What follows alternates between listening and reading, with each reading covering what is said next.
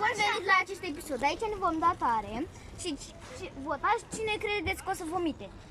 Leo, David, Matei sau eu. Cine credeți?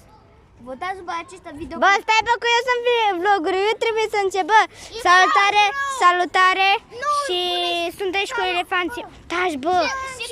Și aici sunt cu elefanții mei. Hai, bă, dați, facem un circ. Bă, nu dacă deja am început. Hai, bă.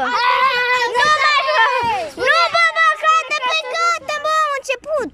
Ștefan, bă, să-i tu astea, ca să nu le pierd. Da, le pun în geantă. Bine. Bă, pune și jucăria aia, bă, că te dă. Bun. Cineva să-mi țină telefonul, Matei, ține. Bă, filmează! Bă, bagă la ala! Bună ziua! Bă, filmează aia! Sunt cu elefanții mei. Bun, suntem aici. Cicalare! Bă, bă, cum suntem? Mamă, bă, dar voi știți să filmați, bă! Răvăm și pe aici pe Rareș. Nu s-a dat. Stai, bă, las că mă faci un vloguleț. Bă, dar voi sunteți!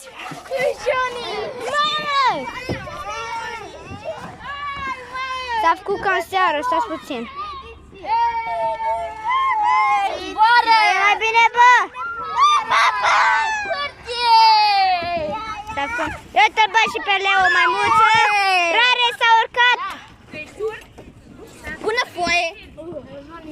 Bun, haideți, bă. Foaie! Bună ziua! Astăzi? Hai, bă. Taci, bă, Leo, taci.